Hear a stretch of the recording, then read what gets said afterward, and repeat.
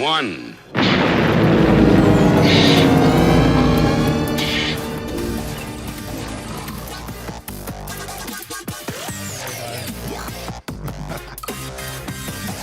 Oh, I like a good surprise.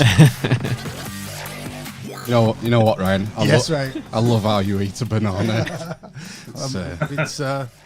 It's surprising how good I am with so little practice. It's so sexy. It's a low blow to start the podcast with, isn't What you it? don't know is I'm really bad with tomatoes. Anyway, hello, willkommen, bienvenue, konnichiwa, ni hao, jambo, marhaba, All right. ave. Welcome. It's the Arms Inquisition 207 Yeah. on Sunday the 14th of November. I'm Amish Phil. I'm Amish Ben. And I'm Amish Matt. And we have a returning guest in the studio, a returning champion. Hell, Hell, yes. Mr. Ryan 7. That's me. The alchemical assassin. Yes. Hitman of hermetics. The Nice. jobs worthy of How are you doing, Jainism. man?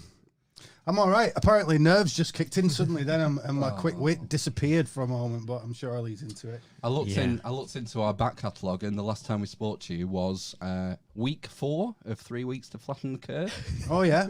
Yes, How did that turn out for you?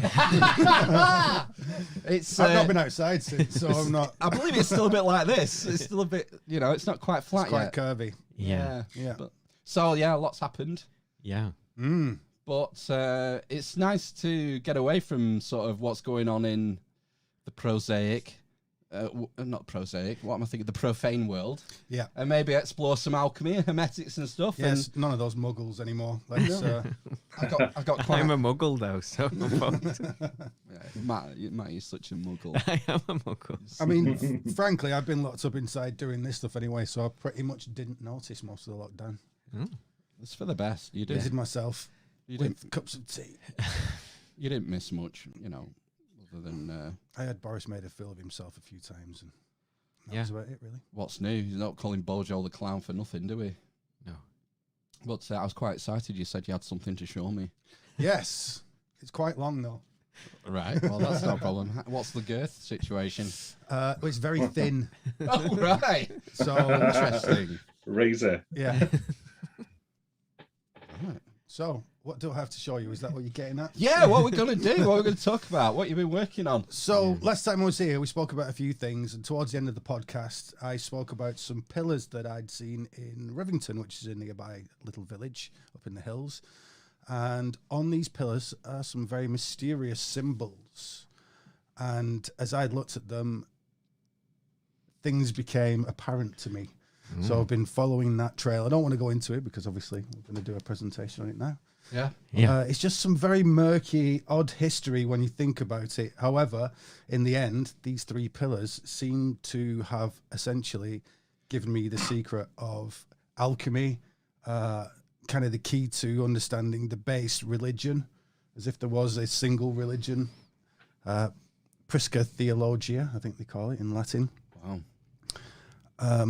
So, I mean, that's yet to be absolutely verified, but it looks that way. And I've brought some mostly visual images of images being quite visual. These pictures are very drawn. And are these some you've taken yourself as well? Have you been going and Yeah, there's a few. photographing? There's a few of my own. This is still a work in progress. However, over the last month or so, it's really all come together. So I just thought I'd take the opportunity, as you guys got a hold of me, to kind of pull it all into one place for you. However, I do think this might take more than one podcast, folks. So Yeah. we'll see how it goes and We'll see how we get on and do the rest at some point. yeah, exactly. We've no problem breaking this up if as required. Yeah.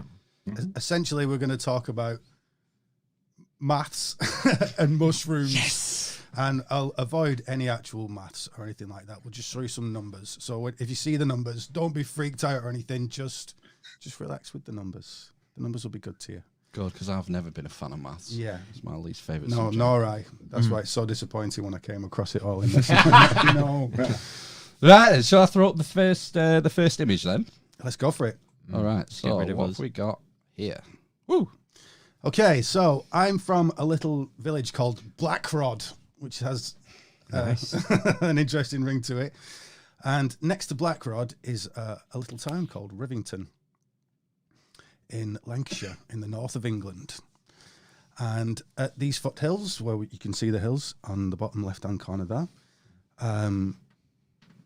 used to be a chapel from anywhere from 1370. Now, I'm not too sure if what we're going to look at is from later than that. There's a date on there, 1603, but I can't be quite sure it's not something else entirely. And you'll see why I mean that later on.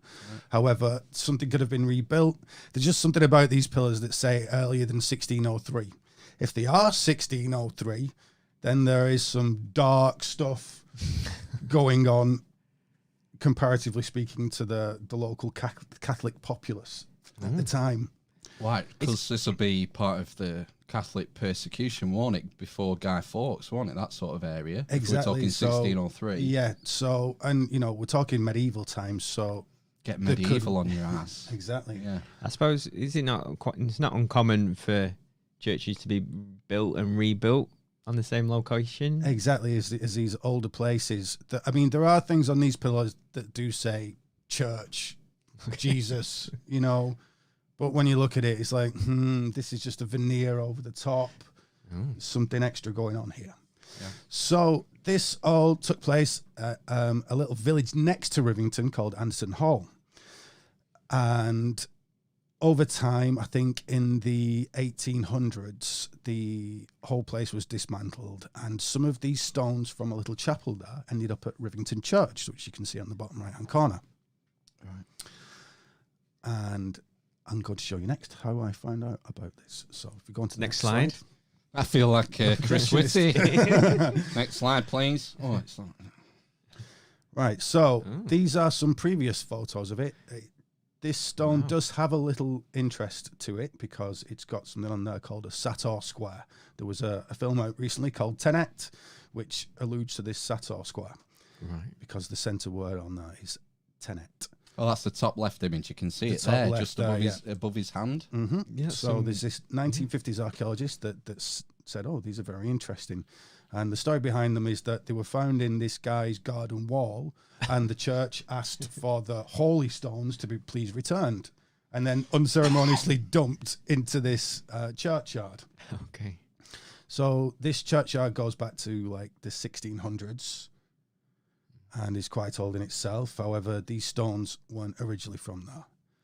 And the only thing I could find about them is that there's a rumoured Templar origin to them. However, with a lot of these things, there's a rumoured Templar origin. Looking at them, I can understand why they would say this if anybody was in the know. How much that person was in the know, though, I don't know. It could have been from the Wigan Evening Post, for all I know.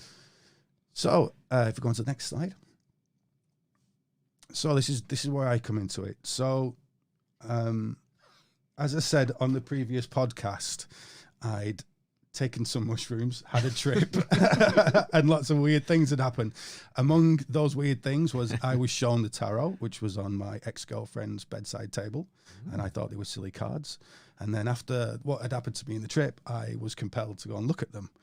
And as part of my investigations into the tarot, I've found this image. Now, this image reflects a card called the Wheel of Fortune, card number 10. And Wheel of Fortune is a kind of a semi-ish famous medieval image, and it's usually of the sky with somebody turning a wheel around, indicating the turning of the heavens. Okay. And so this is what this is expressing. If you look in that bottom right-hand corner, you can kind of see that there's a guy at the top, sat there proud. He's the king. He's on top of the wheel. He looks like a pharaoh. He does, yeah. Well, he's a lion with a pharaoh. Sphinx or something. A sphinx, exactly, and we'll come to that in a moment. Oh, right. So then next to it, we've got this kind of other character who's essentially Set from the Egyptian pantheon, and then we've got this serpent character on the left. They don't matter, really. What matters is that these characters, one's on top, one's going around, and one's got flung off. The serpent's been flung off there, essentially. And it's just an analogy for life, grab on when you're going down and you'll be back up again in no time. Okay. Can Would you like to hear a bit of a synchronicity? Go for it. I did see a little grin before when you saw this image, so yeah I would. So also on the image, for those listening, we've got a picture of Eliphas Levi in the top left-hand corner and a Baphomet underneath him. The current book I'm reading. What? Oh, wow. Transcendental Magic, Doctrine and Ritual by Eliphas Levi. And do you know what's even weirder, Ryan? Go on. The way I'm reading my books this year, my books are picked for me by a random number generator. Oh, wow. So I had no actual choice in reading this. Oh, great. I mean, it's an interesting book. It's weird that you've come at the time when I'm reading it, because I get through books in, 3 or 4 weeks usually. And there's your little goatee fella there in the corner. Yeah. He is, Baphomet. With his boobs. With his bulbs. Well, I'll be explaining that before the end. He's androgynous, you see. Can you explain my boobs? Normie Matt. That androgyny is one of the main themes of what's going on here. Yeah. Okay. Actually represented on that main image there, the big one with the Sator Square in the middle, by the two triangles intersecting each other, the masculine and the feminine becoming androgynous. And I'll explain what that means later on. Cool. But we get into Carl Jung. I've got a bone to pick with Carl Jung. Okay. He got there before me. That's what the bone is. Cool. Right. So everything else around there are other things from Levi. So in that top right-hand corner, we have Eliphas Levi's version of that same Wheel of Fortune. And to the left of that, we have the Key to the Mysteries, which within it, again, we have this dual triangle, making like a hexagram, this intersecting triangle. It's like the Star of David. Very much so, yeah. It is that same symbol. Then we have a cross with the 4 directions there, like a compass, if you imagine it like that. You know, the main cross that's going through it there. Yeah. Intersecting the triangle. Then around it, we have 4 symbols. Taurus, Leo, Scorpio is the eagle, and the water is Aquarius. The Scorpio is eagle because if they're interchangeable, aren't they? Yeah, exactly. Scorpio and because eagle. Basically the scorpion's not a very Christian or religious ideal. Okay. So they use there's 3 decans to every star sign. So they use the higher decan, which is like, well, essentially, and we'll get onto this later, what Scorpio represents is the genitals. And it's a bit like a scorpion, it'll sting you. Do you know what I mean? It can get you in trouble, that one. Okay. So a part of all this stuff, including Kundalini style meditation, is basically taking that energy and converting it into something higher, into this bird. So often you get an eagle and a snake. The eagle comes and grabs the snake. Right, that's a famous symbol, isn't it? It's very famous and very powerful symbol, that one, when you think about it. Right. So on this image, we have the Sator Square, and we'll come to solve all these things as we go through. Yeah, because looking at it, like I'm looking at that, and we've got the Star of David, the as above, so below, intersecting triangles. We've got the 4 animals of the Phoenix, or the zodiacal. Yeah. You've got the Scorpio / eagle there, yeah. The guy who represents Aquarius. Yeah. And then you've got Leo the lion, Taurus the bull. But why this square of numbers in the middle? That doesn't seem to make any sense. Exactly. So that's like the enigma, isn't it? And that's what has sent me to Rivington, because what happened after I saw that for the first time was I went, this guy's either mad or he knows what he says at the bottom, and that is, it actually says at the bottom of that image, the key to the great arcanum, or something similar. I can't quite read it from here. Right. But arcanum means secret, and the tarot cards are called the arcana. So and Levi was well into. He was well into the tarot. Yes, he was well into all these things. Yeah. He was often derided, I think, because he still had religious roots, and his practice seemed to be through kind of a Catholic lens, because he'd been a priest or something similar at some point. Cool. So, as you rightly described, we've got these 4 geezers around that Sator Square, and that'll really come into play later, as will Baphomet in that left-hand corner there. But we'll go into all these things as we get through. Next slide. Next slide. Okay, now, so I've been on Wikipedia, read that there are actually some Sator Squares in the country, and then suddenly seen one that said Rivington Chapel next to it. And then gone, oh my God, I literally live 10 minutes away, jumped in the car, sped down there, and I actually filmed it. Now, these aren't from that film. These are from when I went down the day after or so. And I actually went and filmed it for an episode of a video that I do for YouTube called The Secret Science. Link in the show notes, listeners. Well, I've not done anything on it for a while. No, but still, they're great. Yeah, and they're there. So people should go and watch them. Yeah, go and watch The Secret Science. They're funny, at least, and you'll learn some stuff. See me being a goof. Eating bananas. Eating bananas. Did you see the Starship one? Yeah, I'm waiting. That was the trailer. I'm waiting for the full video. Yeah, well, that's been put on hiatus till the book's I'm not done. surprised. The production quality Oh my God. fucking mind-blowing. Taking ages, that one. Yeah, because I come from this background, don't I? I'm a video producer myself. Oh, right, okay. So, I've rushed down there. It's probably about 1 o'clock in the morning, and it's absolutely free. It was this time of year. No, it wasn't. It was December, and it was really cold, and I could see my breath, and I was just really excited and turning a funny colour. And while I was there, you can hear me commenting live what I think. And the first thing I say is, these look like tarot images. Now, what I meant by that was they look like astrotheological images. Astrotheology is kind of the religion, the spirituality of the stars. Astro, the stars, theo is God. So I know him by his first name. So, on that first pillar 1, basically we got 4 pillars, 3 pillars, but the 4th one we're going to totally ignore because it's just gobbledygook writing on there. However, we got this first pillar here that's kind of got these diamond things on it and lots of things that are very difficult to pick out. Second pillar, we've got a lion on there. We've already bumped into a lion once tonight. Right. Underneath that, we've got some snooker balls. Underneath that, we've got a steering wheel for a ship. Next to that, we've got a dude running over somebody on a horse. Is that the top right? Yeah, on the top right. And this next, so these are all actually pillars, and the pillars are often in 2 sections. So if you see 2 photos over each other, it's because that's one pillar. I've just divided up into 2 photos. Right, got you. Okay. So hence pillar 1, pillar 2 left, and then pillar 2 right next to it. So on that pillar 2 right at the top, we've got a guy that looks like he's walking on somebody on a horse that looks a bit like the death card. I don't think that anymore, but that was my thought at the time. Underneath that, we've got a chap that looks very much like the hermit from the tarot next to a 3-legged swastika.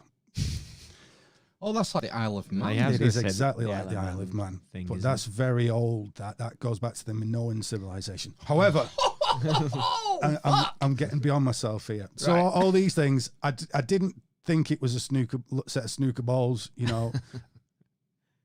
but a few of these other things that I'm, these hints. So if we go on to the next slide, please. So on this other pillar, we've got 2 figures on the left side, and then towards the right, where there's a lot less on the pillar, we've got this Sator Square. So it looks like we've got God on the top because he's over Jesus. And he's got a big beard, and he's got these things of rulership with him. He's got this big orb with a cross over the top, like a king would have, and he's got this rule for ruling. And underneath him is a funky Jesus out in a white, looking a bit chubby. Everyone here is like needs to go on a diet, basically. Yeah. They're all looking like, It's all very odd. It's Christian, but not quite. Like the Sator Squares originally been found in Greece. In Rome, in Pompeii, near Pompeii. So that's pre-Christian. That's the earliest example that's been found, is it? It is. And we'll move on to who was using it later. Okay. Later on. So... Is it worth explaining just for the people who are listening the properties of the Sator Square, how it mirrors itself? Yeah, I can't remember that. I tell you, I'll do that now for you, seeing as we've asked, and then we can negate doing it a bit later on. Right. So it says, no, I'll tell you, we won't. We'll move on because what it says gives who one of the characters is away. So we'll move on to the next one. It's quite quick. So, all right. Okay. Right. So now we discussed the tarot, and now we can see how these things do actually look like tarot cards. We've got the lion there of Leo on the strength card. We've got the Wheel of Fortune looking thing there. We've got the Hermit in the top right. And then underneath that, we've got the Emperor with his orb and scepter. Yeah. And you can see how they're all very similar. Absolutely, yeah. Now, I'm not saying I was 100% right, but this, I'm showing you where my inkling was coming from. Yeah. So, I don't know how familiar your audience is with the tarot. Obviously, culturally, we think it's this like fortune-telling thing and a bit silly and very new age. That wasn't what my trip said. And when I started to look into the tarot, I did realize that, yes, those rumors about it coming from Egypt originally and this being the secrets of the ancients, it is true. I'm going to prove it during this presentation. And those cards are basically a storehouse of concepts, very Jungian. Well, look, Carl Jung was doing this stuff, so it's not very surprising that it's Jungian in the end. Jungian as in relying on opposites and such similar devices that, you know, we see in lots of religions. In tarot, it's fire and water. In the East, it's yin and yang. You know, we have this duality thing everywhere. Is as far as like is orthodoxy, historical orthodoxy, would that say that the tarot, was it the Romany gypsies who are sort of credited with bringing it to Europe? Yeah, that was a rumor for a while, and then as they looked into the history, that wasn't true. But you got to remember that the gypsies are really gypsies. That's where they were said to come from. We have other peoples that we call gypsies. Do you know what I mean? Certainly in Britain, we have this kind of slightly Irishy community that we call gypsies. In Europe, gypsies are quite dark-skinned. You know, it just depends where you're from. You know, we say Romany gypsies as well. That's another lot. So gypsies has just become this word that we use for traveling people. Yeah. But yeah, and that's the trick. It's the Egypt part of that. Now, they actually come from Venice in the 1400s. We can't trace them back any further than that. But what you can trace back is the ideas, the secrets. You can compare and contrast because these are symbols. And the thing about symbols is they don't require a language. They require a little cultural context and a little grammar, as it were, on the Zodiac and the planets and what people were thinking about those things. And you need to be able to kind of change your modern mind into the mind of the ancients in order to be able to get your head around it a little. But really all the mind of the ancients is that they were a little more in touch with the unconscious self. And if you've read Jung, you'll know that actually one of the main problems with modern man is that we're not allowing that unconscious self up, which is there in the quiet times, basically. Right. Cool. So the tarot and what I'm about to discuss with you and a lot of other of these esoteric traditions is displayed here. I would recommend the tarot to anyone. I really would. Be careful who you're learning from, but I really would. The best thing, you know, as a guy that went through university and has, you know, spent a lifetime learning martial arts and other similar things, the best thing I ever did with my life was learn tarot after that trip. Wow. Cool. Okay, next. Move on. Right, I want to swear, please. What the fuck is that? I have no idea. All right, so I've coloured these in at this point. And it's just a confusing mess. We've got some cheeky chap at the bottom with some hearts on his head, holding a phallic key with two. Oh, now that's a symbol that Levi references as well. The sort of like a double-ended cross.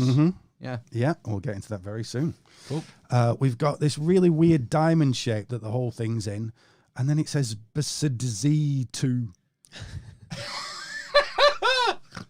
Say that again. D2. It's that new Star Wars villain. Yeah. That robot one. Above that, we've got a triple coiled serpent that looks to me like it says 666. And then above that, we've got, look, what, you know, if you're going to say Templar, that looks like a Templar kind of, it's certainly a warrior religious insignia. It looks like a white shield with a red cross, which was the Templar uniform, the white mantle with the red cross on. That kind of permeates the Muggle world. Yeah. Penetrates, is it? Yeah. And so, well, you think it might be something like the Logos, which is often something represented by a sword. The logos is an original principle that kind of creates things by dividing things up. You know, I've got a sausage, I cut it in half. I've got 2 sausages now. That kind of an idea. That's the crash course in the logos, which will take you years to understand. Then above that, we have the ubiquitous eye in a triangle. It's difficult to see, but at the top of that pyramid is the eye in the triangle. Fucking hell, is that a snake's head below it? Just below it, yeah. Wow. Shit. Okay. So all-seeing eye. Yes, the all-seeing eye. I'd like to add that underneath that shield is actually the older tarot cards weren't like modern tarot cards. They were much slimmer and taller because there's to certain proportions, let's say, at this time. But you can imagine if you're listening to this podcast, I'm sure that there are certain proportions out there that are more valued than others. And that is the shape of an original tarot card. Apart from the bit that tucks under, the rounded bit at the bottom, that's the shape of a tarot card. Are we talking golden ratio, right? We are talking the golden ratio, my friend. Wow. So next to that, holding that, we've got these 2 arms. Okay, so I've not decoded anything there really. I've just told you a few features, but we'll go through and decode more things. Any questions? You did well to see all that, you know, because you've obviously highlighted. Yes. You've used different colours to highlight the different bits, but was it like covered in moss or something when you first saw it? It was bloody covered in ants, red ants that were biting all the time. I mean, not the first time that I'd gone, but when I went there in the spring, you know, when I thought the sun's going to be out a bit better and I can get some decent. It's very difficult to get good light with them because of the walls around it and the other gravestones and where the sun goes. You've got to get up at the crack of Steve to go and, you know. So, bloody Steve. So we got all these things on here. There's so much. So, I mean, there's a word up the right-hand side there. It says samung. I'm like, what's samung? And there's a backwards P. It's just, you can say, it's a Christian thing. It's like, what? If you're drunk, mad, isn't it? Yeah, it's absolutely just gobbledygook. And I mean, this plays into the sort of Templar connection, doesn't it? Because there are rumours, Templars worshipping Baphomet, for example, or... Wow. And the time, did you say late 1300s was it from? They were thinking it's from? Yeah, possibly from then. You know, they've not dated each of these individually. So weren't the Templars like 1200s? And then obviously they've gone to Scotland, and Scotland's just round the corner, folks. 1307 was when they were arrested. Okay. And then I think it was about 5 years later, maybe, when Jacques de Molay was burnt in front of the Notre Dame. Yeah. So it works with the timeline that they would have... And it was only in... People, I've got to remember, it's only in France. Philip only had jurisdiction in France to persecute the Templars. Templars in other countries would have... And Gibraltar and other places, yeah. Malta, Knights of Malta. Gibraltar. The Knights of Gibraltar. But yeah, that's a common thinking that they maybe went to fight for Robert the Bruce, isn't it, in the Civil War? And because they were essentially mercenaries at that point. They had no home, and it's like, what are you going to do? What are you good at? Well, we can fight people. And Robert the Bruce was Catholic as well, which helped. And I will note that the insignia of the Knights Templar and the Poor Knights of Christ share something with that androgynous principle, and that is that those on the back of the horse of the symbol for the Poor Knights of Christ is 2 men sat on one horse, very close to each other. Now you can imagine what that means. Oh. And that was one of the charges that was levelled against them, wasn't it? Was homosexuality. Well, it wouldn't surprise me that they were doing all these things. Kissing the anus in the initiation. Well, that seems what like they were charged with. That's essentially black magic, as in spycraft, as in. Well, I can tell somebody you've kissed my arsehole now. Right, okay. Yeah, they were like, it's That's like, what it it's is. like So being is that- Epstein. Is that where Kiss My Ass comes from then? I think that's just something we like to say to each other. I'm going to look into that. Are you still there, Ben? We can't see you on screen, so we don't know. Yeah, still here. It's Good. It's amazing so far. I'm a bit concerned that you've gone out to colour in these stones. Won't anyone be pissed off? No, this is all done in Photoshop. I've gone out with a piece of chalk and some 10-year-olds and just scribbled all over them. Right. Shall we move to the next one? Yes. So what I'd really like to say about this is that it's all gobbledygook, and you can understand the Templar connection, as you two guys have obviously picked up on. So is this the this is the one that wasn't in the first picture of the 3 pillars? This isn't. Yeah, this is the fourth pillar. No, is it? So this is just. I've just coloured this. This is the very first one you saw. This is pillar one, as I call it. Okay. So you'll never see the 4th pillar. Okay. Yeah, so I've just coloured this in because all the reference photos from now on, in the majority, are going to be coloured in, just so we can see them properly. No problem. Yeah. I just can't believe that these would have been used in a Christian chapel. Yeah. Oh right, yeah. Well, someone's garden. I was thinking about next to his daffodils. Isn't it mad? Yeah. It's how much it's changed, I suppose, isn't it, over the years? Well, once we get to grips with that Sator Square, we can start to see this line of thinking, this line of religious thinking, religious, spiritual, magical. I don't know. It's difficult to say at this point because it's all very technique based. Everything that I discovered. Wow. Yeah. So there's like physical things to it. Next slide, if you don't move on. So right now we spoke about this guy. He's Leo. Now he's a very unusual Leo, isn't he? Because his tail's green. I've done that. I don't think he's got a snake for a tail. However, we can see that he's got like a lion's body. He's got a ring through his mouth. He's got 2 horned crowns, an A above his head, and a very strange knight's helmet on with this kind of double D looking object on his face. Now, that A and that double D object is somewhat to do with the family crest, but not only. We'll see later on. Sorry, go on. We'll see later on where that comes from. But what I want to say is that it's got a man's head with kind of a beak face. Okay. A ring through its nose, which is the bull. Yeah. It's a fucking phoenix, man. It's a sphinx. A sphinx, yeah, it's a sphinx. It's a sphinx. It's got horns as well. It's got, it's just about... I think that ring in its mouth, if this is Leo, Aquarius, Taurus, and Scorpio, but mainly being Leo, that this A is also pointing to Alpha Leonis, which is called Regulus. It's a star called Regulus, the heart of the lion. Ooh. Now, the thing about these 4 angels, also known as Matthew, Mark, Luke, and John to the Bible, and you'll see Matthew, Mark, Luke, and John symbolized by these characters, a lion, a bull, an eagle, and a man. These 4 guys have bright stars that sit on the ecliptic. Now, you might not have heard that word before, listeners. However, it's important to remember it, and it's really quite easy. It's the plane on which the planets move around the sun. It's like a disc, isn't it? That everything is quite flat within a very small variable, and everything goes around the sun. That's the ecliptic. And there are 4 stars on that ecliptic in these zodiac signs. The zodiac signs are the background of the stars against the ecliptic, against that disc. As you know, Saturn's in juxtaposition with Capricorn and all that stuff. Do you know what I mean? That's because Saturn will actually go through Capricorn. Yeah. It won't go through, the plough, because the plough's way up near the North Pole star. Yeah. So there's this flat disc that all the planets travel around. Each one of these animals, these zodiac signs, has a bright star that sits on the ecliptic. Wow. Okay.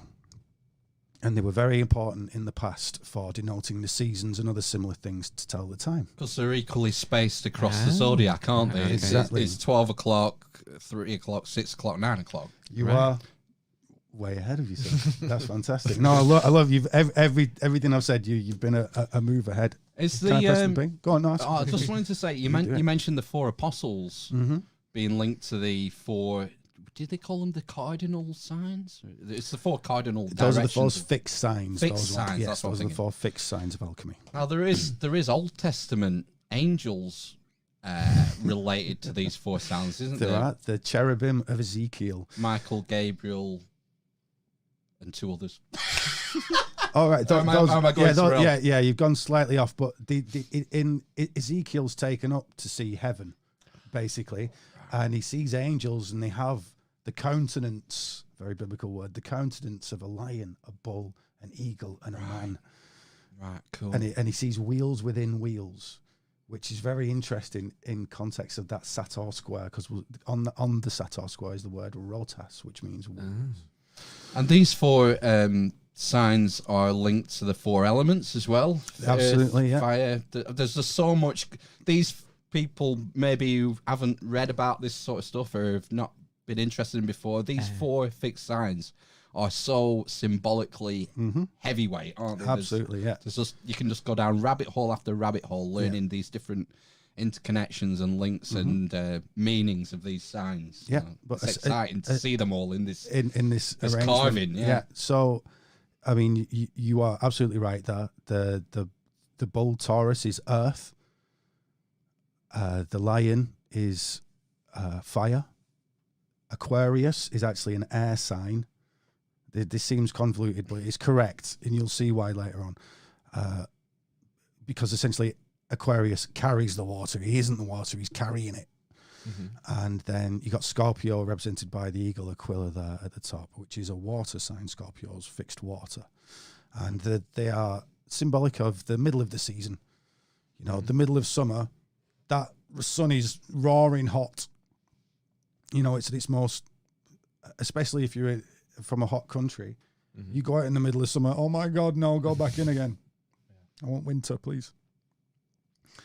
And the same for every season. Aquarius, the rainy season, and much lauded for its synchronicity with the inundation of the Nile and hence fertility. And we'll get into these things later as well. At every point you've been ahead, so it's really good to see that you're so boned up on this. Right, so there's Ezekiel. So we've got Ezekiel there in the top left-hand corner that you were just mentioning, with a lion, a bull, an eagle, and a man around him. And he's also got a book on his lap with 7 seals on it. Okay, which is obviously Revelation, the apocalyptic stuff in the Bible. And then above him, you can't quite see because I wasn't thinking about it at the time, but he's got 1, 2, 3, 4, 5, 6, 7 candle lights above him that look quite suspicious in the shape, don't you think? They're like crosses to me. Yeah, well, if you got, they're like little lamps. So that's a flame coming out at the top. So if you extinguish the flame, you can imagine what those would be looking like. Is that... Oh, right. Got you. Right. So below that, we've got Jesus with the 4 evangelists around him, Matthew, Mark, Luke, and John. And I think the actual names are on there if you can see well enough. We certainly can't see well enough here, but maybe at home you can see the Matthew, Lucas, our Mark, Johannes, that's correct. And we'll see Oannes later on in this. Okay, so we can see there we've got. I mean, everyone heard sometime in August. Certainly, if you're on Facebook or something like that, all the hippies going, "Oh, it's Lion's Gate! It's Lion's Gate time, and it's a cleansing of the season and all this lot." Well, the Lion's Gate is because Leo is in opposition to Aquarius, 2 of these stars we've been talking about, and then when you see Leo pop up in the morning, that means that Aquarius is on the opposite side of it. You can see it at night. And that's when the Nile floods. So in Egypt, it was very important to them to have this, this lion symbol. However, we've mentioned the Sphinx. Well, one of the oldest Sphinx is up there from Babylon, current day Iran. And we can see he's got bull's horns, a lion's body, wings of a bird, and a man's face. That is, ladies and gentlemen, a Sphinx. A very old one, but it's a Sphinx. And again, it's this condensation of these 4 points on the Zodiac. The lion, the bull, the eagle, and the man. The Sphinx itself down there is just the lion and the man part of that, as far as I can determine. That thing's so beaten up and knackered that you can't derive much from it. Do you know what I mean? I thought it did have wings, didn't it, as well? The Egypt one, am I making that up? I think it's that eroded. Right. And it's like, has the face been recarved? Yeah. I mean, am I the only one who's also, in the Babylon one, seen a penis on its head? Yeah, it does have a phallic head. Yeah, definitely. Right, okay. And that'll come in. You'll see the many allusions to the old phallus in this. Thank God. And Just you'll need see to why. see that. I know. Well, you know, they always say when you get these academics that actually don't know what the hell they're talking about, they always say, "Oh, it's a fertility rite, it's a fertility ritual, it's a fertility this, it's a fertility that," and it's like it's a big whopper wanger with boobs on it. Yeah, You know, it means something. It's not just about fertility. There's other things going on. We tend to treat people as quite primitive and yes, unsophisticated, and that's the famous one. It's just they didn't have iPhones though, did they? Or did they? Yeah, maybe. Well, there won't be any evidence of them now. The ancients saw it in the opposite direction. They saw that there was a golden age in the past, actually ruled by somebody who will find out, because that is to do with this lecture. But yeah, as we see idiots in the past, they saw the true genius in the past. Now I can see why, because they're thinking about it in a cosmic scale, and that will too be revealed by this androgyne that we were talking about at the beginning of the podcast. Right. However, what we've said so far is essentially there are these 4 points on the zodiac that denote a cross, and they answer what is known as the riddle of the Sphinx. There is a famous, I think it comes from Greece actually, riddle of the Sphinx that isn't the real riddle but alludes to it. Oedipus. Yes, and that is it's basically asked to solve this riddle, and it's what walks on 4 legs in the morning, 2 in the afternoon, and 3 in the evening. Well, it's actually talking about the old calendar, right? It's man. The answer's man for everybody out there. You're a kid, a toddler, you know, walking on all 4s. Then you walk on all 1, 2, sometimes stumbling around, but then it gets to 3 because you got a walking stick. Yeah. It's really an allusion to the seasons, because like we saw on the swastika style booted Isle of Man symbol before, those are the 3 legs of the year. The ancients didn't always have, depending on where you went to, certainly in Egypt, they had 3 seasons for the majority of time. Right. In Babylon, Sumeria, doesn't look that way. These are their 4 seasons. Right. So if we go to the next slide. So what we now have is this cross, and we have here the answer to what that double-headed key was. There in the center of the frame at the bottom is crossed keys with 2 crucifixes on them, and within the ringlet at the bottom are 4 little nubs. So we're looking at these crosses. Those are the Pope's keys on the Pope's ID. Those are the keys of St. Peter, the keys to heaven. So now we're looking at the heavens, and these are the keys to the cross. So we get, it was mentioned before that there's that's cardinal signs in the zodiac, fixed signs, and then mutable signs. We don't need to worry about the mutables.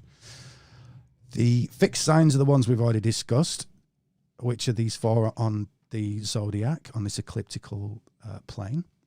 And then we have the cross of the equinox, solstice, equinox, winter solstice.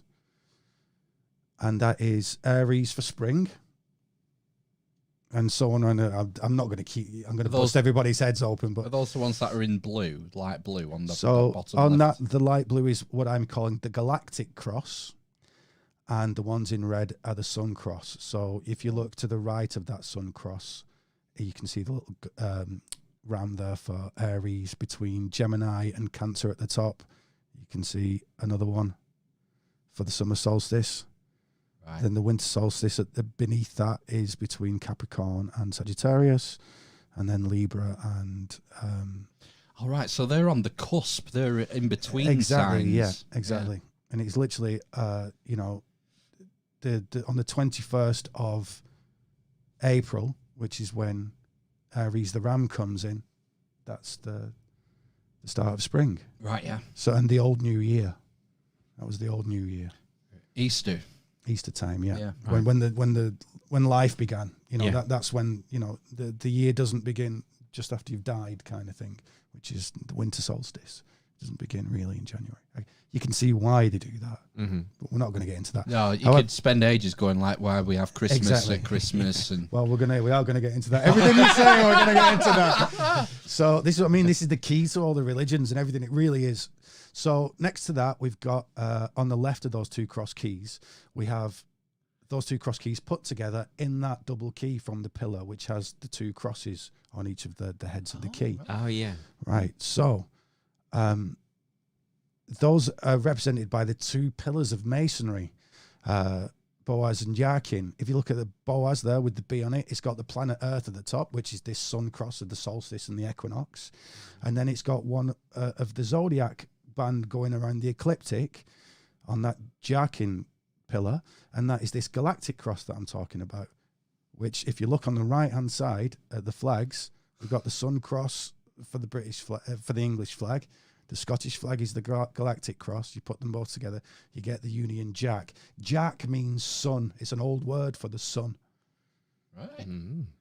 And then beneath that, we've got the Jolly Roger. Now, it's well known in esoteric circles that cross underneath the head, that head is representing Saturn. We'll get into this later. But death, Saturn, Father Time, this character on a black flag, that's Saturnian. Sorry, Go on. Jolly Roger. We talked about not Freemasonry, Templars. So the Jolly Roger, the Templars flew on the ships, Yeah. Did they? Right. and it's also very important with Freemasonry. It is, yeah. Jolly Roger. It's the sign of Negredo from alchemy, which is transposed into, it's basically the death state, like a dark night of the soul kind of situation, where you've died essentially, and the old you's got to go, and there's new you's got to come out of it. And what they're doing is that cross there. So let's those two bones are essentially the two pillars that are upright, the B and J pillar.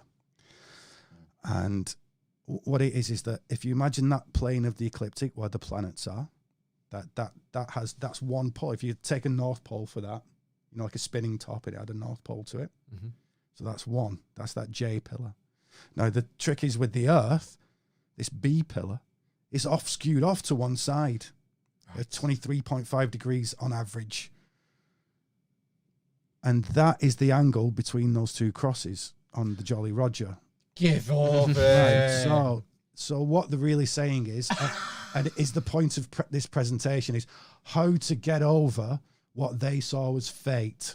Fate is going through the Zodiac as the planets and doing things to them. And what they're doing is, sod all this, let's go and do our own thing. Right. Yes, mate. The people who made that Jolly Roger Yes. back in Templar times or however far back, Mm-hmm. how did they know that the Earth's wobble was at 23.5 degrees to be able to put that on the sign? Well, Phil, believe it or not, that's something that's going to come later in this thing. It's wild. It's every time I've got something, you're asking a question. Amazing. Right, Synchronicity. let's carry on. So now we have the four angels, the four symbols around that Wheel of Fortune on the left there, this tarot card. We have the lion, the bull, the eagle, and the man, and then we have this wheel in the middle.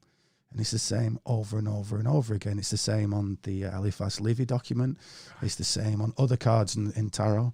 And I've put that third card on there specifically because it has 14 little flags around the outside, as does mine on these pillars.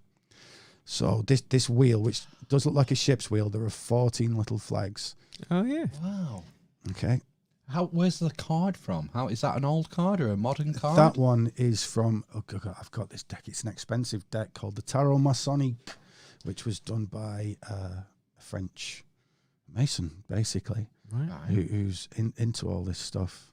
So is it fairly modern? Yeah. Right. I think it's from the 70s or 80s. It's very nicely done. All the yellow one has like gold leaf kind of thing. Maybe he'd been to Rivington and he saw the flags on your, Saw it. on Well, your stone. frankly, the only place I could find any detailed information at all, which is no detail at all, was from a French site, a French hermeticist that had been over looking at them. So Really? Right. Okay. that's interesting. But honestly, it was just basic details about where he found it. And Rivington, I've been to Rivington.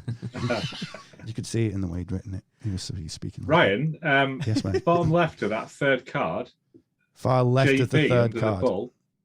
Say that Yeah, again. there's initials JB. Is that going back to those pillars you showed in the previous? That's actually the artist. That's the artist. Oh, no, it's Jim Ball. I thought it was Jachin and Boaz. Jim Bowen. Brilliant. Sean. Bullseye there, mate. Nate, good spot though. Anyway, Yeah, very good. At Flipping least heck. I thought you were gonna sleep. Yeah, Eyes of a hawk. I thought you'd be doing emails by now. To So Obviously got an eye for the irrelevant. So we've got the 14 flags, which points that this Wheel of Fortune carving on the stone again is related. These are related, yeah. Yeah. So basically that we can see that all these things are mega related, and we are onto something here. Absolutely. And that is the Wheel of Fortune. The Wheel of Fortune, as I said, is basically the spin of the heavens, the turn of the year. You can see on the far left card that you've got like a northeast, south, and west, and I'm citing that is the solstice cross, and the cross next to it is the galactic cross. Now, if you look around, it says Tarot, Taro. Yeah. And you've also got, if you look from the T at the top and look right, it's got, this is Hebrew. It says Yud, Hay, Vav, Hay, which is basically Jehovah, Jehovah. It's the name of God. It's the name of God, which the Jews couldn't say, else they got stoned. Absolutely. Oh. Jehovah, I'm saying Jehovah. Yeah. That's Python. Yes, for Wow. everybody out there. Yeah. So we'll see later on these things turn up again on our pillar. I want to show you a different one. So if we go on to the next. Right. So now we're going to look at the Sator Square. So, yes. So It's the Maltese cross. this is the Maltese cross, or the Templar cross, you could call it. So ignore the cross for a moment, everybody.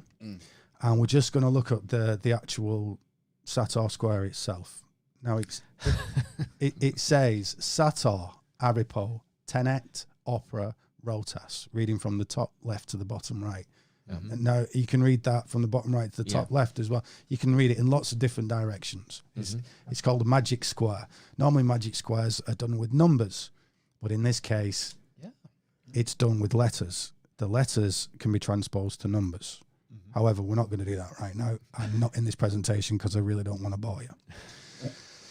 So what does it mean? It's Latin. Sator means sower. Arepo is probably a word. For a noun for somebody's name. It's definitely a word.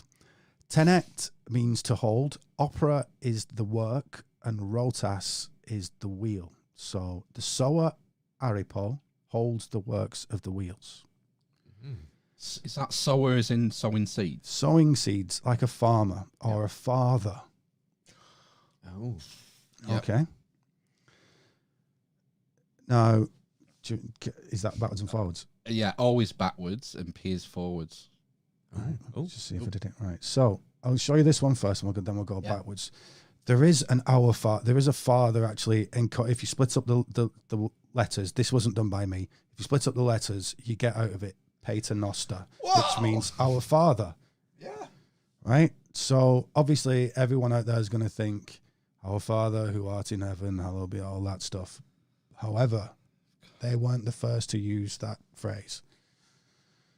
So we got this sower, the progenitor, the father. Yep. Arepo, probably something like Harpocrates or Sarepo, who is Serapis, who I think it is. So we've got an S next to that, so you can quite easily, with a bit of wordplay, make Sarepo there. And it's going back to Egypt again. It is Serapis. Egypt at the Apis Bull. Apis Bull, the Apis Bull and Osiris mixed together, who is a Saturnian figure. We've got Sator at the top there, as in Saturn. In fact, Serere, the same root word as the root word for Sator, Serere, sower, is the same root word for Saturn. It's the same word, essentially. If you go from the S at the top left and go down to and across to, Saturn. S-A-T... Saturn. N. Yeah. You know, well, funny enough, that would make a swastika. So I saw this about 2 nights ago as well, but I'm still fiddling with it. Fuck? But who is Saturn? Who is that word? Who's that then? Who is S-A-T-N? Say it properly. Satan. Satan. Same character. We'll see that later on. Shit, Right. brick. So it's not, for everybody out there though, this isn't Satanism. you got to understand all these gods are duality. So there's a good side to Jupiter, there's a bad side to Jupiter. Well, these you know, they talk about the 7 sins, the 7 what are they called? 7 sacraments in Christianity. 7, whatever. Seven's a big 7 number for virtues everything. and 7 vices is what I mean. Right, yeah. So these are actually the 7 planets. So like things like gluttony would be Jupiter, but you know, on the other hand, that might just be like affluence or something like that. So all these things are dual. Saturn's the same because Saturn's obviously here. He's the father who sows. So it basically says Saturn. This guy, the sower Saturn, holds the work of the wheels, holds the works of the wheels. What are the works of the wheels? Well, we've already had a wheel of the Zodiac. And if we now look at this Templar cross, it says Aeon, who is actually the father of Saturn. Aeon it kind of means infinity. It's come to mean something slightly different now, and it's used in both contexts within these pillars. But Aeon's very important here. Aeon is essentially, and I'll use this as a teaser, he is the god of the Force from Star Wars. Right? He's the god of the Force. I'll also call it the sexual force or the libido, as in Jungian, even Freudian libido, just understood better. So Aeon's the father of Saturn. His wife is called Eternitas, which if you go A-T-E-R, it's there basically, yeah. Eternitas. And you can follow it in a straight line without messing around too much, but it's there. And as you can imagine, Eternitas kind of means eternity. Other than that, I just want to note right now that an aeon is actually, in modern day parlance, is a large period of time. Yeah. Over the aeons. We'll leave it there. There's a Gnostic connotation there as well. No, stop it, man. No, sorry. Every I'm gonna have time. to shut up, aren't I? No, carry on. I'm loving it. I love the best questions, really are. I love the way in the carving they've made a compass out of the A. It's like another like a square and compass. Yeah, it's a Freemasonry, then, isn't it? Yeah. If you I can't believe he's managed to see that. Yeah, I would never have noticed that. If you see the A, there's the bracket that would go across the center is a V pointing down, and if you extended the lines of that V, it would look like the square to the compass of the rest of the A from the Masonic symbol. So basically, we've got the word Rotas, wheels. Well, we've already seen the word tarot, rota, around that wheel of fortune before, so we know we're getting somewhere now. We're getting somewhere. Paternoster, and you got Alpha and Omega there, which is the beginning and the end. Yeah. Paternoster was the name of a ritual to the cult of Mithras. The Mithraic religion came from Rome and probably Persia before then. Certainly the ideas came from Persia. Got into Rome, were one of these mystery cults, these mystery traditions, much like the Masons. You swear an oath. They had a sacramental meal where something happened, and they did it in a cave, and there's all these very mysterious things going on, and you basically got what was called gnosis, which is kind of knowledge of eternity. Now, Pater Noster was the name of the 7th ritual, which was the ritual of the 7th planet, which is Saturn.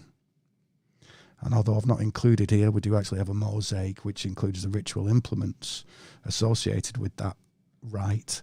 And among them is a scythe, which is one of Saturn's many attributes for the time. Yeah.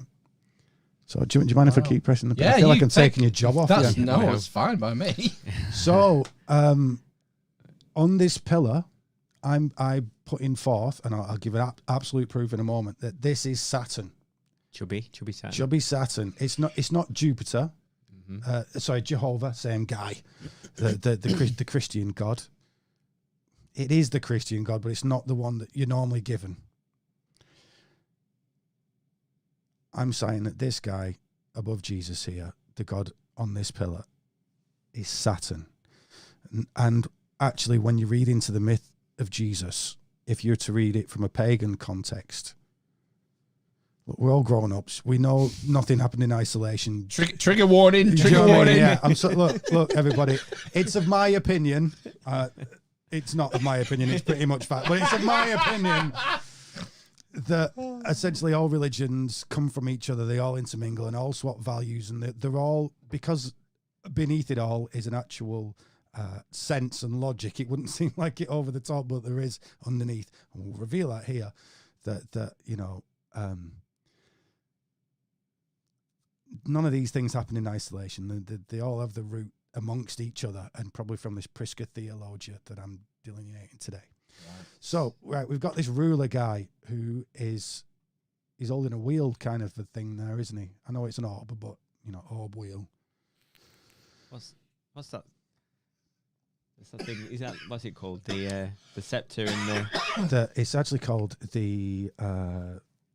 I do know this on a normal day. The Orbis Mundi, something like that. It's like when you see like a king being, what's it called? Being crowned. Crowned, yeah. They get that, don't they? The ball and the scepter. Yeah, and the scepter is things. Well, what one's kind of showing the earth, and one is showing like the rulership. I rule over. It's a measure. It's a weight and a measure. Right. Because one of the most important functions for kings in the past, to keep everybody from squabbling, was to put the measurements down. Like you'll trade this much for this much in the market, whatever it'll be. Right. He sets out these things. Okay. And look, this secret science, as I call it, has a lot to do with weight and measure. Eventually, those aren't the most fun things about it, but they are extraordinary, as we'll see later on. Right. So we got Funky Jesus there on a Y cross, in a Y shape on a T cross, and we've got Saturn there with basically a T cross and an X cross. So we're getting this double cross thing again. And if you look at Jesus's nappy, you can see it's in an X cross that looks very much like that ecliptic cross of the skull and crossbones. Yeah. Galactic cross. Galactic cross, as I'm calling it. Yeah. So this is proof now that we've got something very, I'm going to say, because I don't know any better, this Templar Mithraic thing. The cult of Mithras absolutely landed in Britain. Many of these, Osiris and Isis landed in Britain as Serapis, and Isis. They didn't bother changing our names. They weren't that original. So what we've got here is, on the left, we've got this god Saturn, who, by the way, under our right hand, if we look at his right foot, if we're looking at it, there's that Sator Square underneath his right foot. Yeah. It's actually his left foot, but as we look at it, it's on the right. Oh, yeah. So that's another thing, saying Saturn. However, under his arm, he's kind of carrying a bag. Oh, God. And not an ancient handbag. On an ancient handbag. He's got an ancient handbag. And at the bottom of it is these two, this B-looking thing on its back. Can you see that? It's like a letter B on its back. Is that the bigger one in the middle there? You look at the big one in the middle. Right, yeah, the middle. Yeah, I've blown it up for you in the middle. An upturned B, capital B. B, yeah.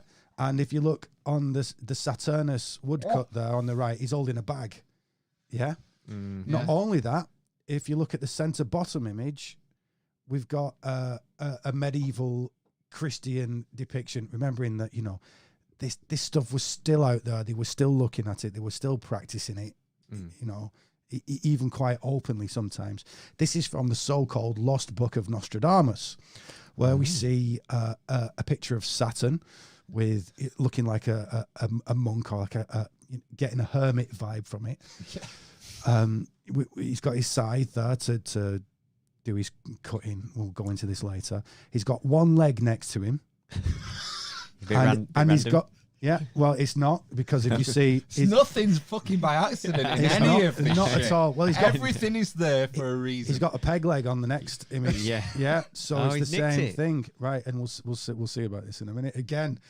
So then, if you look to that monk's our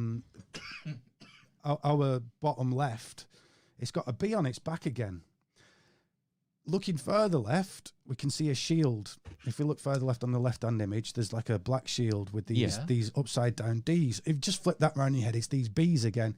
Well, this is the Anderton family coat of arms. Yeah. This Anderton family that owned this chapel that had this church in it. That's a black shield for Saturn. Those handcuffs are a Saturnian symbol for lots of things, but essentially it's Saturn's power of limitation. I'm bound. It's his binding power. Right. Now, these Andertons might well have said in a Christian context, I'm binding myself to God. And actually that is true, but not the God that you think it is. Oh. So, Tease. well, it's Saturn. So we've got this monk guy in his hand. He's holding essentially it's a Lancashire rose, but it's a wheel. It's a wheel. Yeah, I could see that. So we've had this wheel of fortune. We've got this side. We've got this one leg. We've got these handcuffs. This guy, basically, is Saturn. He's holding the handcuffs. Everything about him, to me, straight away said Saturn. On the pillar. On the pillar, yeah. Mm-hmm. Our guy is Saturn. He's got the bag. He's got the globe, which we'll see come up a few times, which is absolutely related to the Wheel of Fortune and everything else that we've seen. All these things are totally interrelated. So what we can see there with Saturn as well is that we're going to begin looking at a few of his other attributes in order to get down to the bottom of this puzzle. So we can see on his bottom left there, we've got Aquarius, the water bearer, and to his just behind his peg leg is Capricorn, the goat. He's holding his scythe, he's got his bag, and he's got a sickle as well. Those two things are interchangeable. And he's an old codger with a beard and a winter coat on. And his name is Saturnus. So if we go on to the next image. Right, so we talked about Saturn's power being of limitation, and that's due to the fact that Saturn was the furthest planet away from, that they were able to see. Mm-hmm. According to them, there were 7 planets. Can you see the other two with the naked eye? I presume. Can you? No. Can you not see Uranus In the mirror. and Neptune? Not without a You mirror can't- here. Is that right? Can you not see him with the naked eye? No. Uranus okay. to the ancients is Aeon, the same god Aeon. What? And his name in Latin is Caelus. Remember the Klingon god man, Caelus? No, I don't. Do you Did you know Ben? you're not a Star Trekky guy? There was a Klingon god man called Caelus. Well, that's where we get the word celestial from. Kapla! Yeah. So wasn't that a game from the 80s where you had marbles and you pulled out strong? Kaplunk. Kaplunk! Yeah. That's what they say to each other. Buckaroo. Pop-up pirate. Anyway, pop-up pirate. So beyond Saturn was the celestial sphere, where the Zodiac is, and all these other things. This his father Aeon, who is the celestial sphere, Caelus. So Saturn is the last planet out that they could see. It took the longest to go around the Earth as they saw it. Obviously, they had a geocentric view of these things, and so according to their philosophy, based on opposites, he's not the center; he's the outside. Now, coming from your center, he's the last one. But coming from somebody else's center, he's the first one. So he's Alpha and Omega. He's the first and the last. And because he's the first God, there are gods beyond him. Like we just said, Aeon, Uranus, my anus, is beyond the celestial sphere. Because...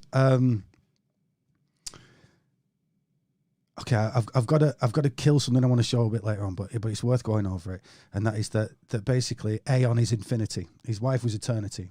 To much of an extent, he is infinity. So Saturn, with his sickle, cuts off the penis of his father, right? Cutting off his power. That's his power source. It's all symbols. This. So it cuts off it, and cutting off the power of eternity is time. You got a beginning and the end. An Alpha and an Omega. Mm-hmm. So here we have Capricorn and Aquarius, which is the two signs that he's under, which is Capricorn's the death of the old year, because the sun hits the solstice in winter. Yeah. And Aquarius is January. So we've gone into the new whatever's year. going on now, it is new. So we've got this Alpha and Omega. January is the god, it comes from the god Janus, which is this double-headed god, who is just another epithet for Saturn, the god of time, the beginning and the end, the Alpha and the Omega. That's amazing. Right. Now, the name for Saturn in Greece was Chronos, which is where we get the word chronological from, time. Right? If we look, there are 2 coins there. It's got a PX on it, which is called a Chi Rho. Now, what I'm saying is that actually this symbol is related to this galactic cross and this Earth pole, and is basically telling the time. So that Chi Rho, which was seen as a Christian symbol, which isn't, they said that Constantine used it, and when he swore and changed Rome to Christianity, nonsense. It was the symbol of Kronos before then, this time god, because when you look up and watch the heavens move, you see time moving, and the heavens moving is symbolized in that. If we look at that image of Saturn there, Saturn does 2 things he's famous for. The thing he's most famous for is eating his own children, which is essentially just saying his time. Everything that he makes, he kills. Regeneration. Exactly. Yeah. There's his power. His power's in regeneration. However, as it looks from where we are, look, your molecules might get taken away, reincarnation, or anything like that. Your molecules may well get regenerated as worm poo. And we kind of bless the earth with what we have been. Do you know what I mean? And that helps everything grow. Beautiful. However, it's this devouring aspect of time that this is symbolizing. Although, as we'll see a little later on, that this child is essentially the new year as well. He's hoary old Capricorn, and that child is the Aquarius, new year. And you'll see on lots of old-fashioned cards that Saturn, Father Time, they'll give you New Year's card. And it'll have Father Time on there with an old man and a kid next to him for the new year. And you'll see clocks around them, and the year before, the year after. It's the same Janus, January. We I don't know what it's like in other places in Britain, but where I grew up, you'd open the window on New Year's Day, New Year's Eve, to let out the old year and let in the new. It's this idea of a 2-way thing going on, this power of death and regeneration, as Phil just said. Just going back to the Chi Rho that you've got there, it's a famous sort of Christian symbol. Have you found examples of the Chi Rho that again incorporate the 23.5 degree?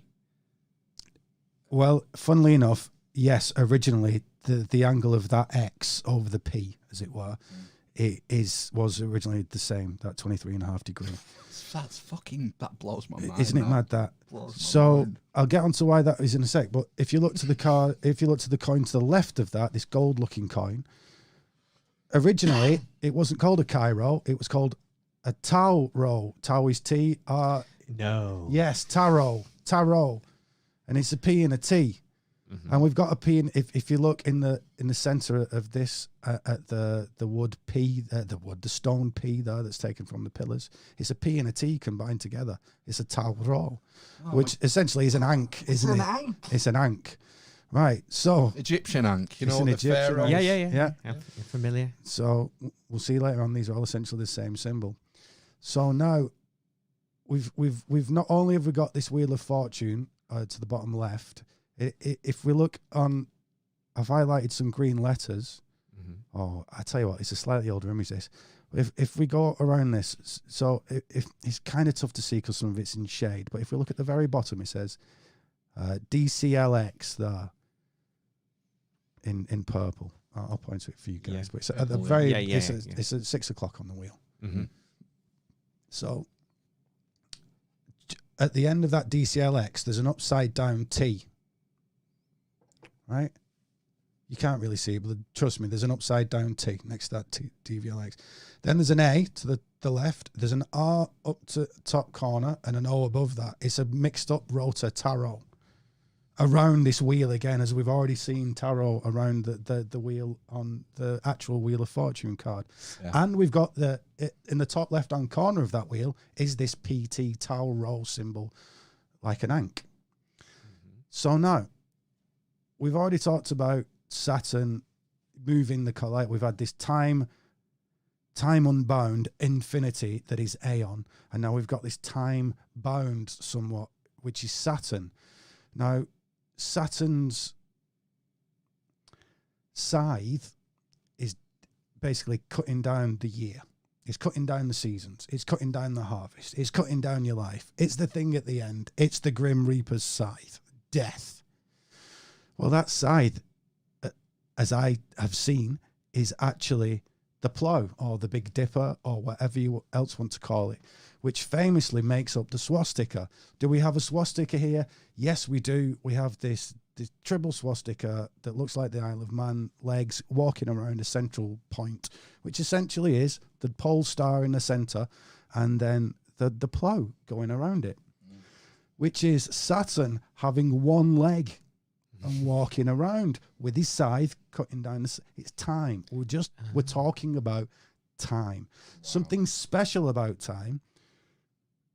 But on this level, it's time and navigation, because that North Star is Stella Maris, you know, the true and tested star to guide yourself by at night, because the sun's not up. What are you going to do? Do you want a drink or anything, Ryan? I forgot I to would, ask if yeah, you I have a would love a drink. drink, actually. Yeah, What do you I'm want? Parched. Whatever you've got, mate. Would you like some Corona? Or I've already, yeah, that go on. touchy? Yeah, Or I'll you can have have a dose of that, yeah. Or do Is you that like, Harvest Ale gone yet? I'd like something wet. do you like real ale? I'm not a big fan, to be honest. That Corona looks... You have lager if you want. Unless you've got like a white beer or something like that. A white beer. A Weissbier? there might be one somewhere. Ich weiß nicht.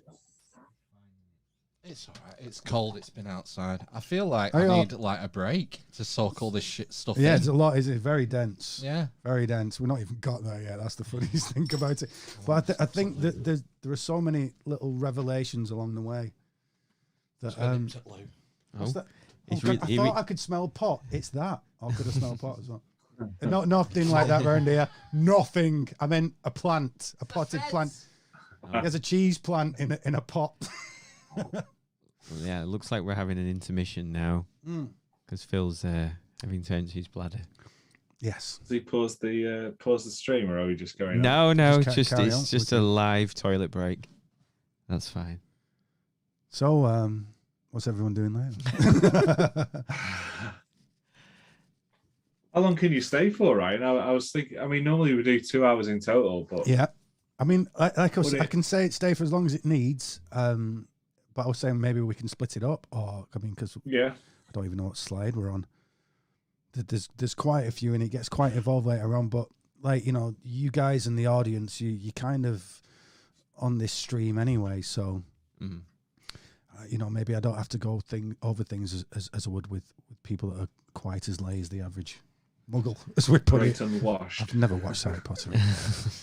The great unclean, the useless eaters, as the elites call them. Us, me, I think we're all in that club, Ryan. useless eaters. Absolutely. I'm proud of it. I'm really good at eating. So am I. I get it all in my mouth and everything. Okay, so hello everybody. Good to see you I guys. was just making sure Ben was, you know, No, done that trick with you paint your eyelids Oh, and you little with, eye on with that. eyeballs. See, I've actually Yeah. done that before I came out. I did the Indiana Jones one where she blinks and it says "I love you" on the back. Do you remember that one? Oh, the That's weird, student. man. yeah. I'll tell you what, Yeah. he's pretty bloody dreamy in Temple of Doom, though. Oh, it really was. You know, he would, he probably turned me. It's just a shock when you suddenly see him as a teacher, and you're Yeah. like, you're not used to seeing him wear tweed or whatever. He's wearing Yeah. flannel. He has a bow tie on as well. doesn't Yeah, he does. Yeah. Yeah. He's got a crappy office though, hasn't he? Yeah, that he escapes from Yeah. within seconds. He does. Speaking of Indiana Jones, let's go on our own little Grail quest, which is where this does end up, funnily enough. But Whoa. everything we've said tonight's in this presentation. How far do you So think? long how do, is the presentation. How far do you think we've got, Ryan? I'm not sure, but Ben was just asking me about the time, so I just said, I think we're about 10 slides in, so we've got 80 to go. yeah, no, there's a lot. Can we So just carry on till like 3 a.m.? we'll carry on as long as, you know, when I'll let Phil say when. Well, give I me a think it's wink. up to you really, because I don't know. Do you know what number slide we're on, Ben? relatively near. Try and find out. That's a quarter of the way through or something like that. Okay. Yeah, I don't actually intend to go through all this today. No. However, let's just see what happens and Yeah. just You know, whenever you guys start thinking it's time to call it quits, give me a nod and a wink. And Let's plow on. Yay! We're about 20-ish, I think. Oh, right, okay. Okay, we're So not maybe, doing too bad. yeah, maybe 10 more. They get more fun as they go through. Believe me. Right. Fucking better than any of Chris Whitty's done, and tell you. Right. His bloody slideshows. Oh, yeah. Sorry, Ryan. Sorry, Ryan. That's all right. Carry on. So let's just recap this page. We just said basically the Cairo symbol, that PX, is actually a symbol for Chronos. Chronos means time, essentially. And I'm saying that PX is made up of this galactic cross and general time reading implements. That P at the top is actually Saturn's scythe and the plough, also known as the Great Bear. Arthur's chariot. It's called lots of things. Yeah. Arthur's wain, I think it is an old word for a chariot. And it's also Father Christmas's sleigh as well, because he lives near the North Pole, doesn't he? Mm. So we've said that this is symbolizing Saturn by his one lame-leggedness, and that scythe, which is essentially the plough, which looks like a scythe cutting down the year or the seasons, because Saturn's major function is that he puts limits on things. If it didn't die, nothing would live, because it would be eternal. Right, so a few more of Saturn's functions that will help us to get where we're going, because this is going to get a little psychological. So if we look at the wheel of the year, the wheel of the Zodiac in the top left, it says day at the very top of it with the symbol for Jupiter. And that's because essentially Jupiter, being positivity and expansiveness, rules the day. And the ruler of the night is Saturn, because he's limitation and negativity and all these other things, emission. So everything on the lower half of that cross, the green and the blue, is ruled by Saturn, but more so the blue area, which is the winter. Yep. In the Zodiac, there are certain planets associated with certain signs. You'll hear people say, oh, Capricorn's ruled by Saturn. Well, Capricorn is ruled by Saturn, and that's because we're really talking about psychological functions here. And those psychological functions associated with Saturn are described by Capricorn and Aquarius. So I'll skip giving you an analogy for that one, just to move things on a little bit. But trust me, each pair of planets that is owned in inverted commas by a planet is a psychological function. Right. As Jung said, this is the repository of everything that the ancients had learned, and because they're a bit more in touch with their right hand creative brain, the unconscious mind, that they were naturally placing what's in there up there, because as above, so below. So Saturn rules Capricorn. That's the end of the year. That's when winter solstice happens. Winter solstice, basically, the sun is seen to die. It dies because it doesn't move anywhere in the sun. It rises in the morning to a limp-wristed extent and then just deflates back down again. And that, on the shortest day of the year, the 21st of December, lasts for about 3 days. And then on the 25th... 3 days. No significance there. No significance there. And then on the 25th, it looks like it's moving again. The sun rises again? Yes, the sun... days? Yes, exactly. Well, that would be Easter, but they switched it around because it would look so suspicious.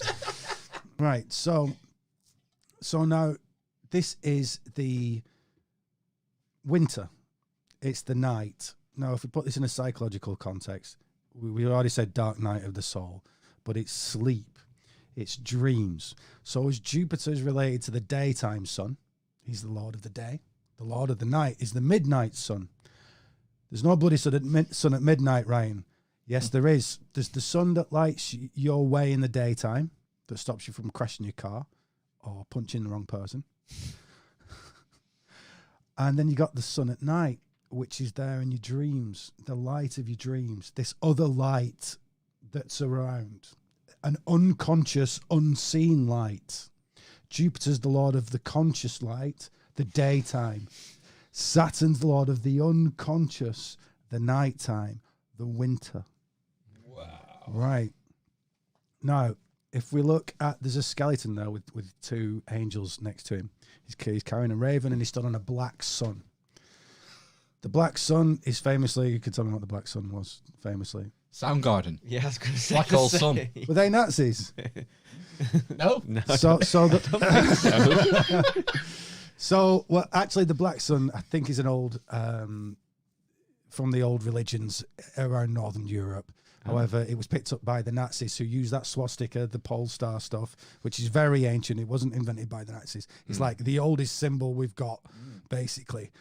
And the black sun is that same swastika. So that makes it, the black sun is the pole star, is the point, the still point around where the heavens move, because Saturn's limitation, he's the still point in the middle, and everything moves around him. If we look to the right of the screen, there are two swastikas. There's a big swastika and then a black sun swastika above it. And then we'll see a picture of Saturn holding a wheel. And then above that, a picture of Saturn holding a wheel. And then next to that, on the left, is a colour picture of Saturn holding an Ouroboros serpent, which is equally a wheel. The Ouroboros serpent goes around the pole star. He's called Draco, the dragon. And that's the serpent that goes around the pole star. This is the snake eating its own tail. Eating its own tail, yeah. There's another one of man's oldest symbols. Yeah. Certainly one of the oldest symbols for the ego. We'll get into this later. So, about that is the fact that we've got this stage in alchemy, this midnight sun stuff, this sleeping, unconscious, dreaming sun, which is the light of the unconscious, possibly grabbed, just about perceived by the conscious mind. So it's dreams, it's visions, it's premonitions, it's all, these kind Instinct. of ESP. Instinct? Yeah, synchronicities kind of come from there as well. Yeah, absolutely, your instinct. That's probably the strongest thing we have that comes from the unconscious, It's more sort of animalistic, isn't it? When you think about instinct, people Absolutely. talk about like the reptile brain and the other one. You've done it again. You've done it again. Hey, next to we've got this one. We've got the black hole sun with the Skeletor above, holding the crow. It's a raven. We've got the the pole star with skeleton and the raven. Yeah. Is there any significance? We've got the sun in one corner, the moon in the other. What about the two angel dudes? Are they significant? I haven't looked into that far. I've just slapped this one up. Just for an example. It says putrefactio, which is the putrefaction part of alchemy.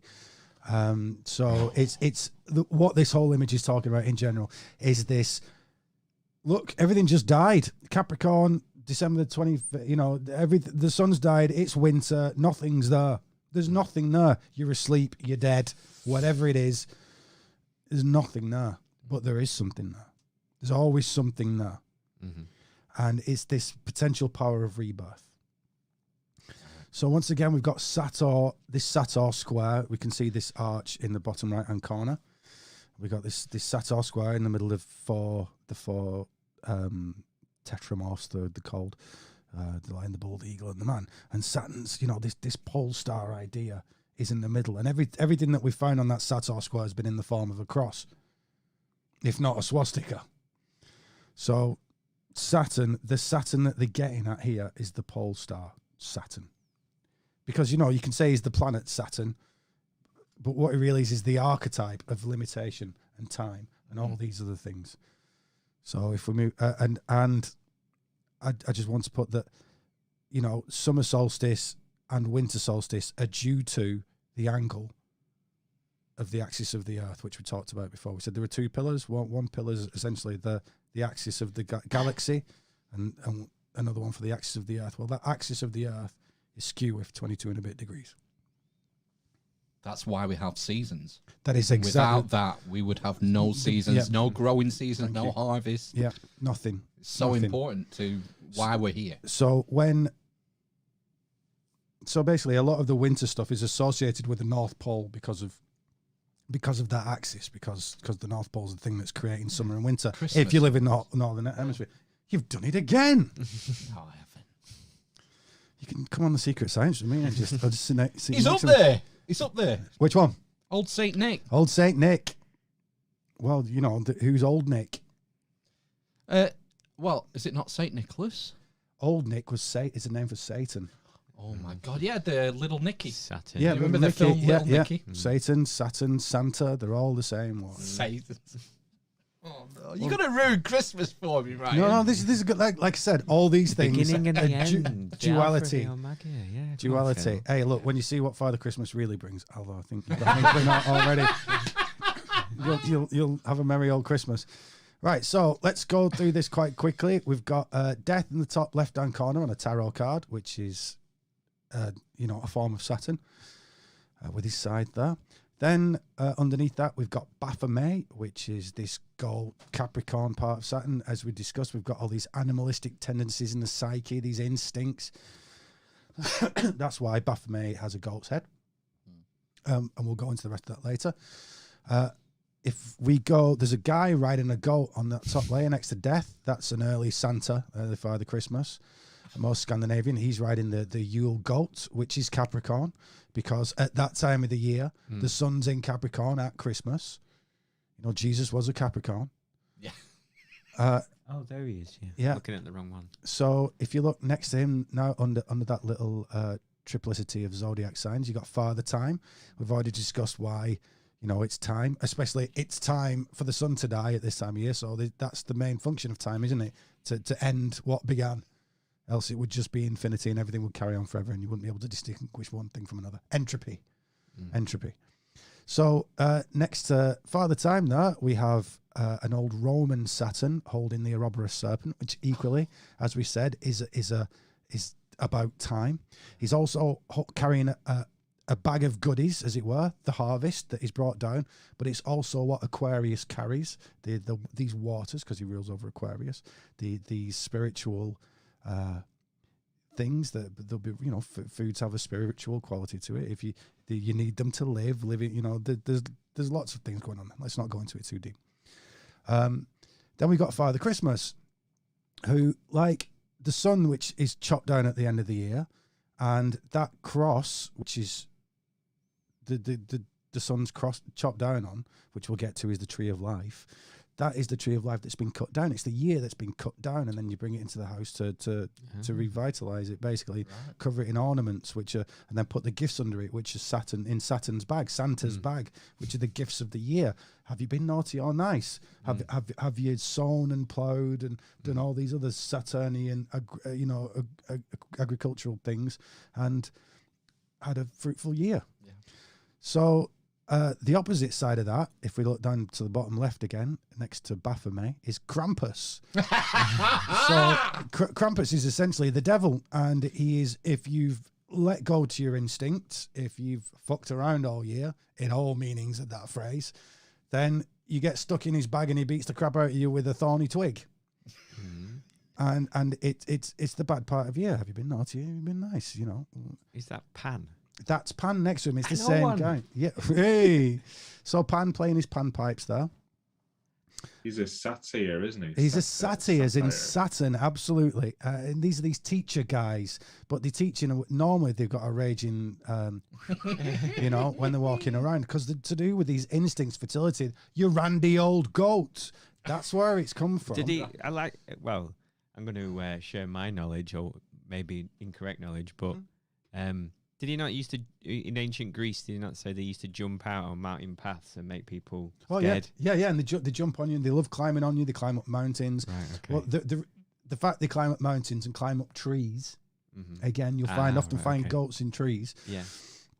It's the reason why the next to that spoke of the solstice cross, in the winter solstice, that spoke is seen as the tree of life, the tree of the year. Right, okay. And he climbs the tree back again. The year's been ended, but he'll climb that bloody tree.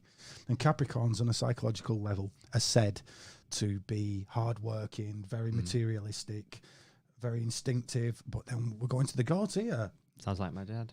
Yeah, we'll eat anything. He's a Capricorn. Yeah, we'll eat anything. Yeah. You'd eat my tea as well if I Hey, don't look, finish it. in my personal experience, having been studying this for a while, and coming from a scientific background rather than an airy-fairy background, I'm pretty much convinced on the astrology thing. With a few nips and tucks here and there. It's. I mean, I am a Gemini. I just am. You know, and often when I'm coming into new situations, I'll ask like, when were they born? Do you want the birthdays? And then I can at least have a bit of a buffer. I mean, you could say you putting on your own prejudice, but I don't think so, because I know that prejudice is there, so I'm trying not to. But it's just so bloody obvious, you know. Sometimes. Does someone remind me before you go? Someone we need to hook you up with before you go. As far as esoteric astrology goes, not a dealer, no. But if he's local, I probably know him.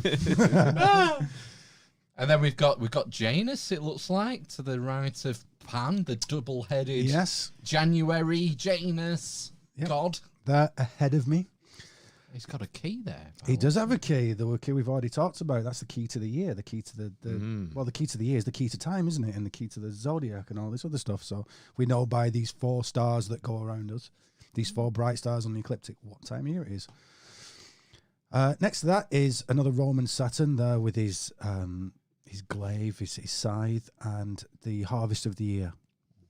You know, we've had death being, harvesting new, but he was a grain god originally.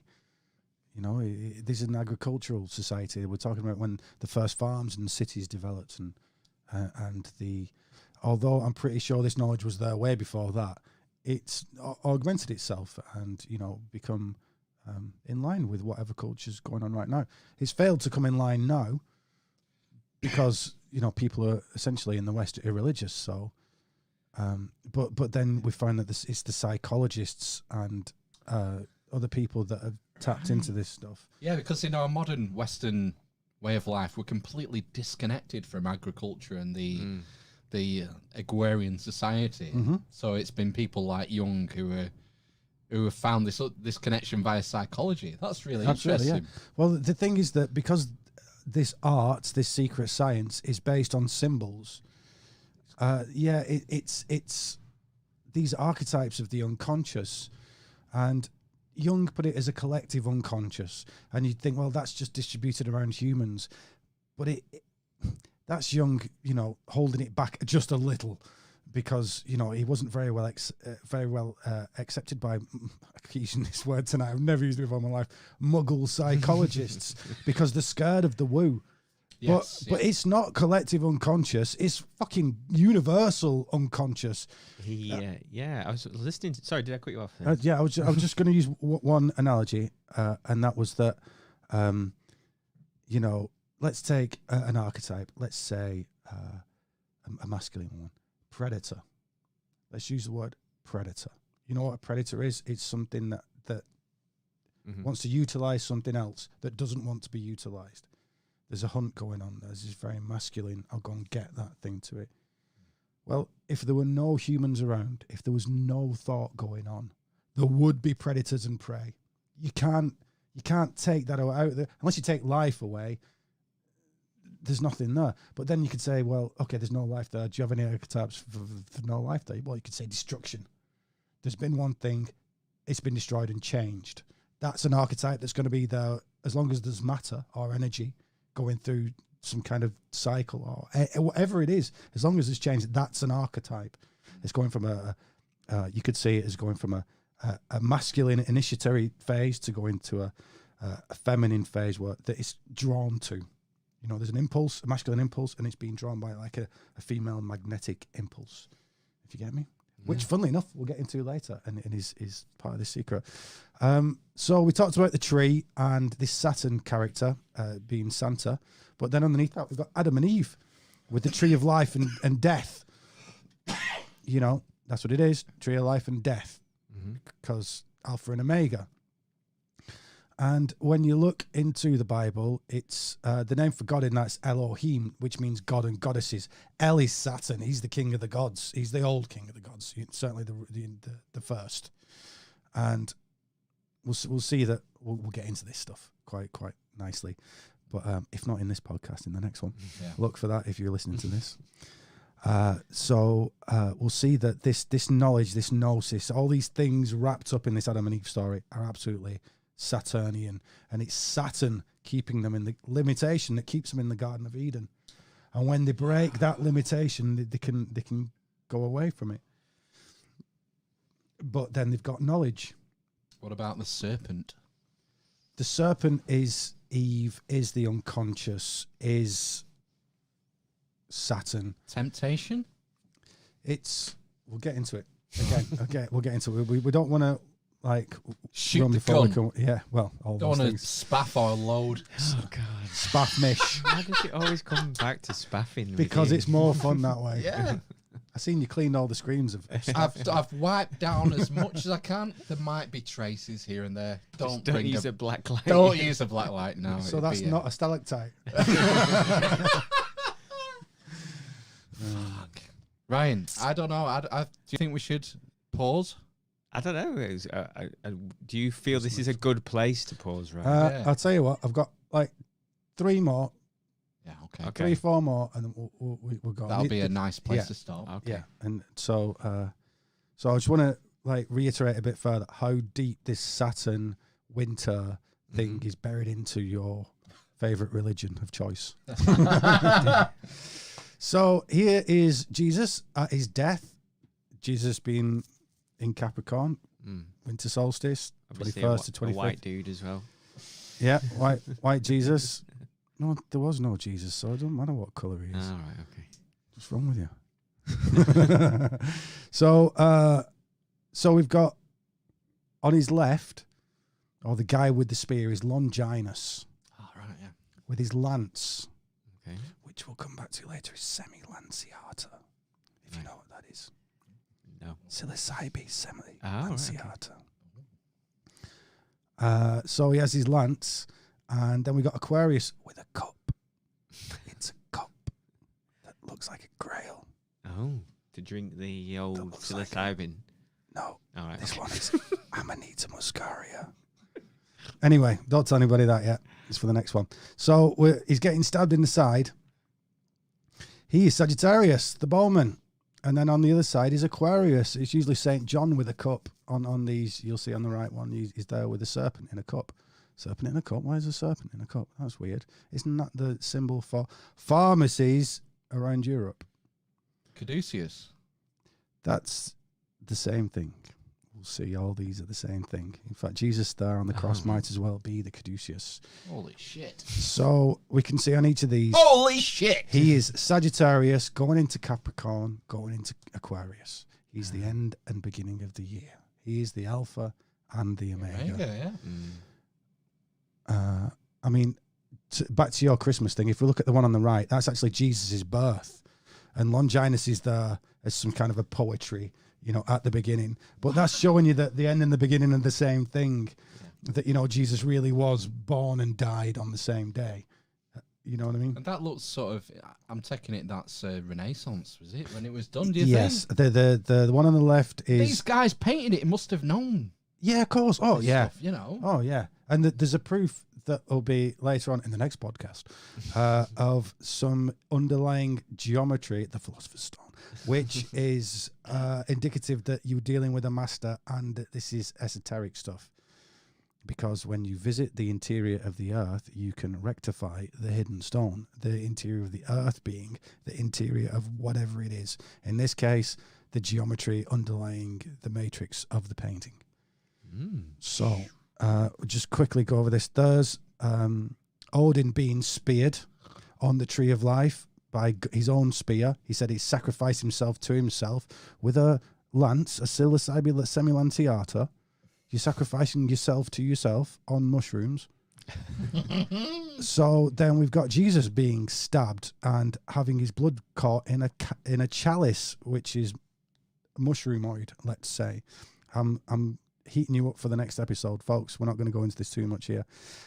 So we've got Odin on a tree, Jesus on a tree, because that cross is made of wood. And in this example, it's just a tree because it's the tree of life, which is, to cut it short, and we'll get into it next time anyway, is essentially that band of the Milky Way that goes over your head.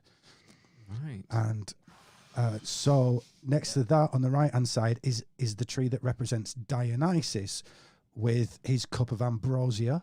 Mm-hmm. Ambrosia was the drink of the gods, the nectar of the gods. Mm. And there's a tree there wrapping like a serpent would around a pillar again. And this is when he's died. This is Dionysus dead. And there's a spear, if you can see, Mm-hmm. tied to it as well. Going back to, it's like come up like in the last 3 podcasts, the Brian Murescu book about the Well, I was just going to Dionysus mystery cult. I was just going to say that I was listening. I think it was that podcast when I was listening about the rescue book was that Jung. There's like some evidence to say Jung was doing mushrooms as well, basically, and that's why I got How else into could it. he all. have figured this shit Yeah, out? Exactly, yeah. And there's something else I found as well. This geometric pattern, which I found out that Jung had also discovered as well. I don't understand why they don't let it out though.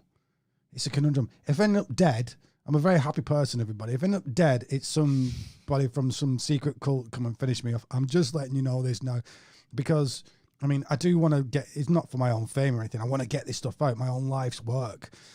But there's a reason why this stuff's secret. I could see a pearls before swine kind of reason. Yeah. This stuff's dangerous if it's psyche stuff. What I can use to control me, I can control you with. But this very cultish behaviour going on here. Going back I'm not to sure the why. quote of the previous master, Jesus, when he said, don't cast pearls before swine. Yeah, That maybe there's a reason why this stuff is hidden. yeah. I haven't figured it though. You don't buy that justification. Not anymore. That might have been okay when the world itself wasn't in peril. And let's be honest, the world really isn't. The world itself isn't in peril. The human world is in peril. You know, this ball of mud will survive us. Don't be silly. You know, how arrogant. However, the human world is very, and it's our psyche that's wrong. You know, we've lost our connection with nature. We've lost our connection with our own unconscious. And this is actually, in the end, a very simple method of regaining that. And it just seems to be as well the big secret of the ancients. And it's not just to do with maths and mushrooms. There's something else in there as well. That there's an understanding that's encapsulated in Jesus. Praise be Jesus. And there is a technique thereof. And because of the way that this technique works, there's like a glimmer of God in there. Talking for, as you said last time, you started to become a lapsed atheist. Me too, mate. And it's because this was called gnosis. A lot of this stuff is Gnostic, and it's like a scientific proof of God, really. And, you know, those archetypes existing are part of it. And a lot of it's answered by the next podcast.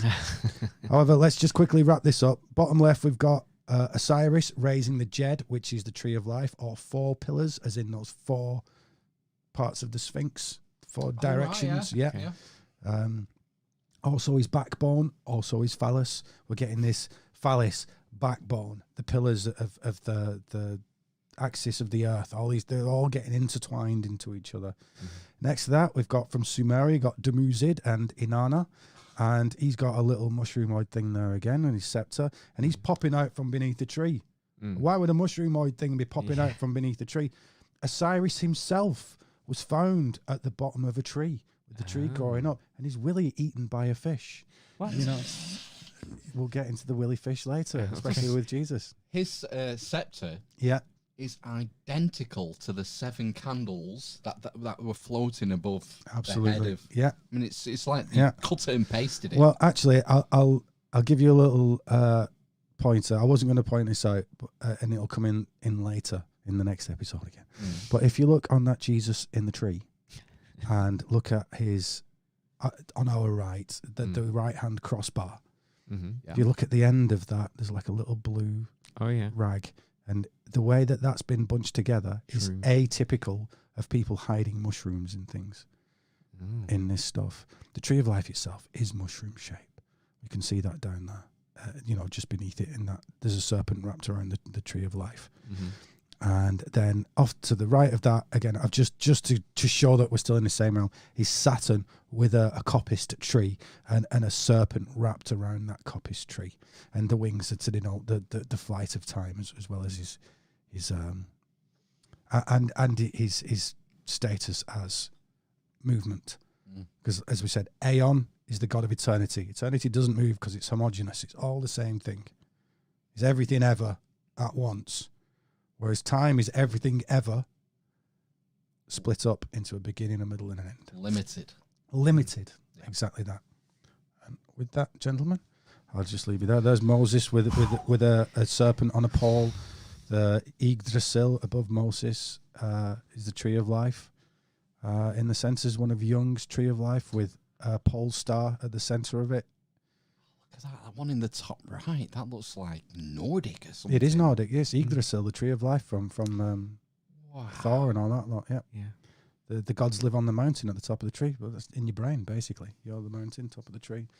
All these things happen on a galactic level and a personal level. Yeah, it's like the brain stem, isn't it? Coming up the spine and absolutely then going that, to the... This whole tradition gets into Kundalini. The Moses with the serpent on a pole. Everyone's been bitten by serpents in the desert. And Moses says, oh, right, well, take this serpent, raise it on a pole, and you'll all be healed. Again, if you know what Kundalini stuff is, if you know what Chi is, if you know what the Force is, or any of these things, this is all what it's getting at. We all have this one shared tradition. Same too, we've got two serpents wrapped around a tree. You know, the serpent's the nervous system wrapped around a tree, the Ouroboros serpent, feeding itself like the phoenix would. So you can have a bird in the tree. Underneath that, we've got it from alchemy again. We've got 7 planets, which I'll tell you now for next time are 7 serpents around this tree. And, you know, what can I say? 7, it's the triad and the tetrad, isn't it? That's another of the importance of 7. Right. Yes, the, it is. The triad and the tetrad, and they come together to make unity. One. It does. In the church. Well, Just- the triad is logic, grammar, logic, and rhetoric, and the quadrivium, as they call it, is maths, geometry, music, and astronomy. That's how the Greeks sort of described it, isn't it? The ancient Greeks, and the Romans, the 7 sciences. That's a classical education. When they say you get a classical education, that's it. Yeah, the trinities are processing, how to process, and then the 4. Well, really, it's saying the Holy Trinity and the 4 elements is what it is. That's exactly what it is. Wow. Fuck. So just really quickly on this one, we'll go over this next time. But there's a Christmas tree top left with its star pointing at the pole. The tinsel is a serpent going up it. The stars are the baubles, which is essentially an axis mundi, an axis of the earth, which is a representation of, yes, the axis of the earth, but also you. You are an axis mundi. You are, a connection between the earth and the heavens. You know, there's nothing above your head apart from sky. That this same axis is this Cairo, this PX cross that's famous with the Alpha and Omega, that stands for time. It stands for the year because, of course, the heavens whirl around our head. And we'll not do it now, but we'll go into, it'd be a good place to start this because, that PX, different things on there do actually mean real things. And it wasn't only used by us, but there's an example there that tile row in the middle is Mayan. Wow. So, so they had this in South America? They had this all over the world, and this is why I believe it's the Prisca Theologia, because from Buddhism to Zoroastrianism to the Mayan and Aztec religions, it just decodes them all. And it suggests a progenitor. That's the thing, isn't it? Yeah. This is a thing, Yeah. And it's like a technique. Yeah. It's like a technique. And the beauty of the symbology is that it isn't bound by linguistics or...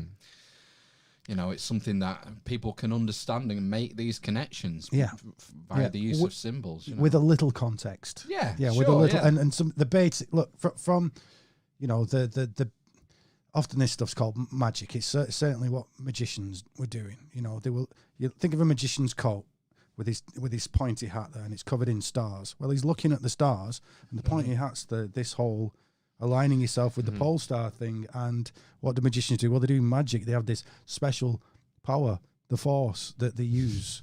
So believe it or not, that's in there too. So I'll give you that secret.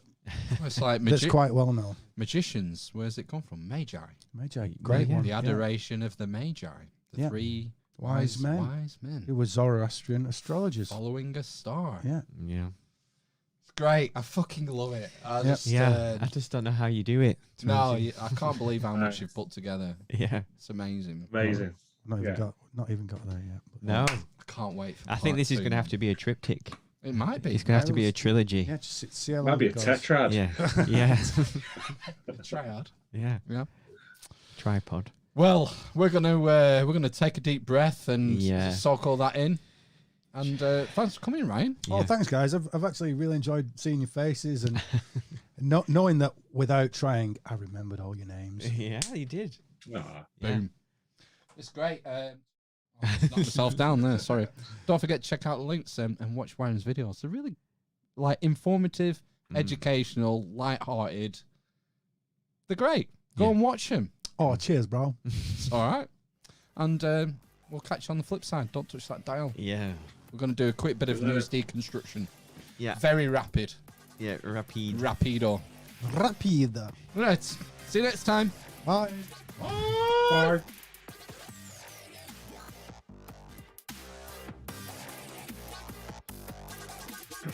The dwarf, the cripple, and the mother of madness.